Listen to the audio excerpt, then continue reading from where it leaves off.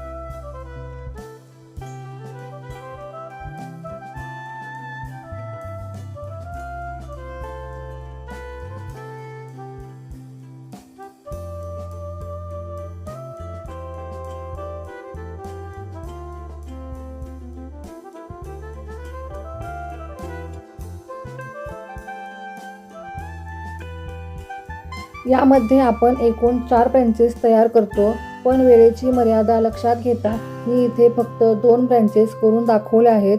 तुम्ही हेच steps follow करून पूर्ण डिझाईन सहज तयार करू शकता.